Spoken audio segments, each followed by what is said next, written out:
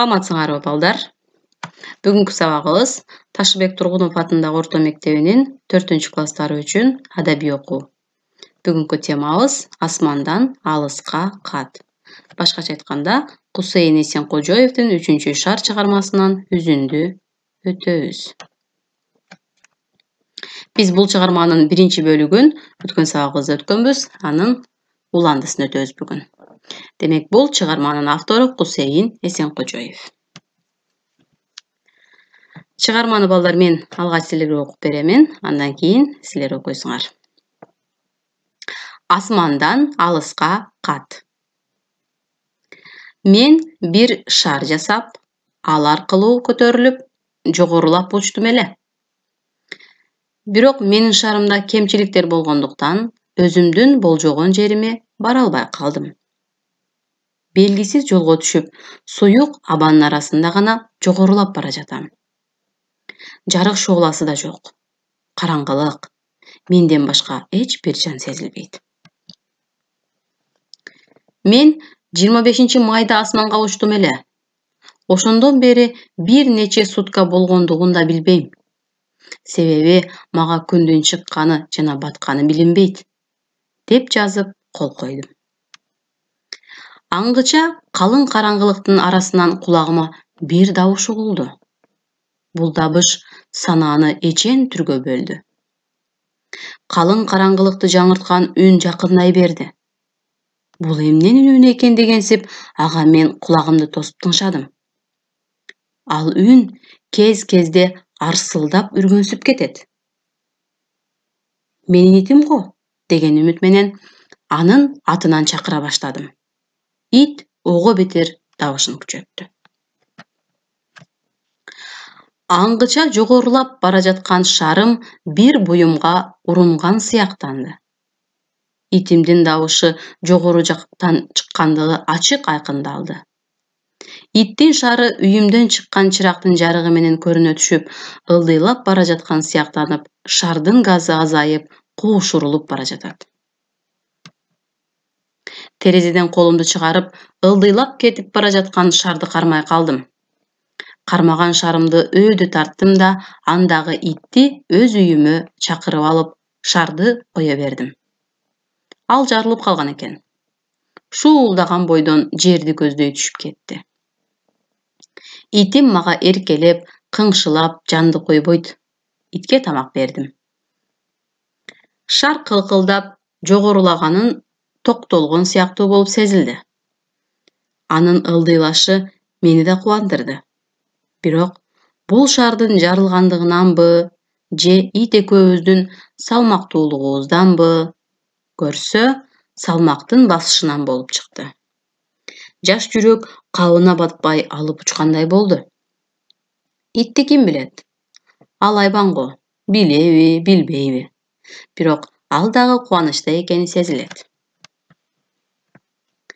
Бир маалда калың караңгылык суюлгансып, ылдыйлаган сайын жарыктын шооласы көзгө көрүнө баштады.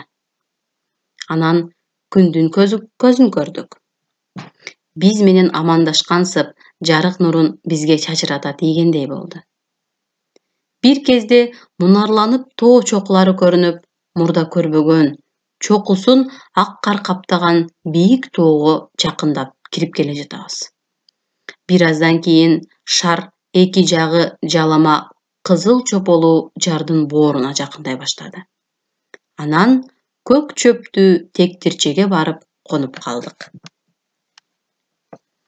Алды зоо, үстү аска, жолсуз туюк капчыгайдын арасында бир кичине тектирчеде корккон коен өңдөнүп, итим экөөбүз алдыбыздагы ташка урунуп, көбүрүп агып жаткан сууну карай коебуз да үнсүз отурабыз. Жан сактап, жашай турган жер боорундагы тектирчебиздин чоңдугу чейрек гектардай гана жер. Биз турган белгисиз жер жана агып жаткан суу карта боюнча кайсы жерде экендигин да белгисиз. Туура жагыбыз болсо бодурлуу аска таштар, үңүрөйгөн үңкүрлөр. Мына, асман тиреген бийик соодон жана алды жакта көбүрүп агып жаткан чоң суудан, көзгө чоочун жерден кантип жол тапмак элек?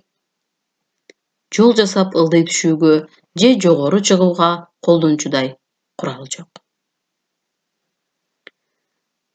Чыгарманын бизге берилген бөлүгү үзүндүсү мына ушул балдар. Эгер түшүнгөн болсоңор, анда дагы бир сыйра бекемдеп коелу. Демек, бала мурдакы үзүндүдө окуганбыз, асманга 3-чү шарын жасап, өзү да учуп кеткен эле. Ошол жактан ылдыйга кат жазып жатат. Ал асмандагы көрүнүштү, белгисиз жолго түшүп, капкараңгылыкта тургандыгын, андан кийин 25-майда асманга чыккандыгын, бирок арадан канча убакыт өткөндүгүн билбегендигин айткан. Аңгыча баланын кулагына добуш угулат. Бул добуш ит экендигин билет да, аны атынан чакыра баштайт. Ошентип, иттин шары менен баланын шары бири-бирине жакындашат. Бала терезеден колун чыгарып алып, ылдыйлап кетип бараткан итинин шарын алып, итти өзүнүн шарына өткөрүп алат. Ал эми иттин шары жарылып калгандыктан жерге зуулдаган боюнча түшүп кетет. Ошентип баланын шары көтөрүлгөндү токтотот дагы, эми ылдыйлай баштайт. Бир убакта баланын шары ылдыйлагандан ылдыйлап барып, жарыктын шооласы көрүнө баштайт. Кийинчерээк күн көрүнөт. Андан кийин балага тоонун чокулары көрүнүп, аябай бийик болгон ак карлуу тоонун жардын боруна келишет. Андан кийин көк чөптү, муну силер көрүп тургандай, тектирчеге барып конуп калат. Элестеткиле, ушул жерде бала, шар жана ит үчөөсү турат. Ошентип алар барган жерде аябай бийик, аска тоолуу, жол жок, үңкүрлөр, капчыгай бар жерде, шаркырап аккан суунун боюнда бала эмне кылаарын билбей ойлонуп отуруп калат. Ошол жерде кантип жол табаарын билбей, жол табайын десе же колунда тиешелүү шайманы жок, отурушат. Анда балдар, чыгармадан кийин төмөнкүдөй суроолор менен кайрылгым келип турат силерге. Бул аңгемедеги окуялар чындыкпы? Асманда учуп жүрүүнү көз алдыңа элестетип көрдүңбү? Бала менен ити кайсы жерге барып калды деп ойлойсуң? Чыгарманын аягы эмне болуп бүтүшү мүмкүн? Демек, бул аңгемедеги окуялардын бардыгы кыялдан чыгарылган, жазуучунун ойлоп кыялданган окуялары бардыгы. Ал эми чыгарманын аягы балдар кантип бүтөөрүн силер 5-класска барганда бул чыгарманын уландысын окуйсуңар. Аягына чейин окуп, ошондо таанышасыңар. Анда балдар, тапшырма алгыла. Чыгарманы толук окуп чыгасыңар жана силер өзүңөр дагы фантастикалык жомок жазып көргөнгө аракет кылгыла. Мисал үчүн, мен силерге мисал үчүн гана сүрөттү коюп койдум. Айды алып түшүү, же болбосо аккууну минип көлдө сүзүү деген сыяктуу, же балким силердин ой кыялыңарда мындан дагы мыкты, мындан дагы сонун фантастикалык ойлор бар. Ошол ойлорду кошуп, чакан жомок же аңгеме жазып көргүлө. Жазган аңгемеңерди WhatsApp номерине SMS аркылуу ушулга жөнөтөсүңөр. Сабагыбыз соңуна чыкты балдар. Көңүл бурганыңар үчүн чоң рахмат. Саламатта калгыла.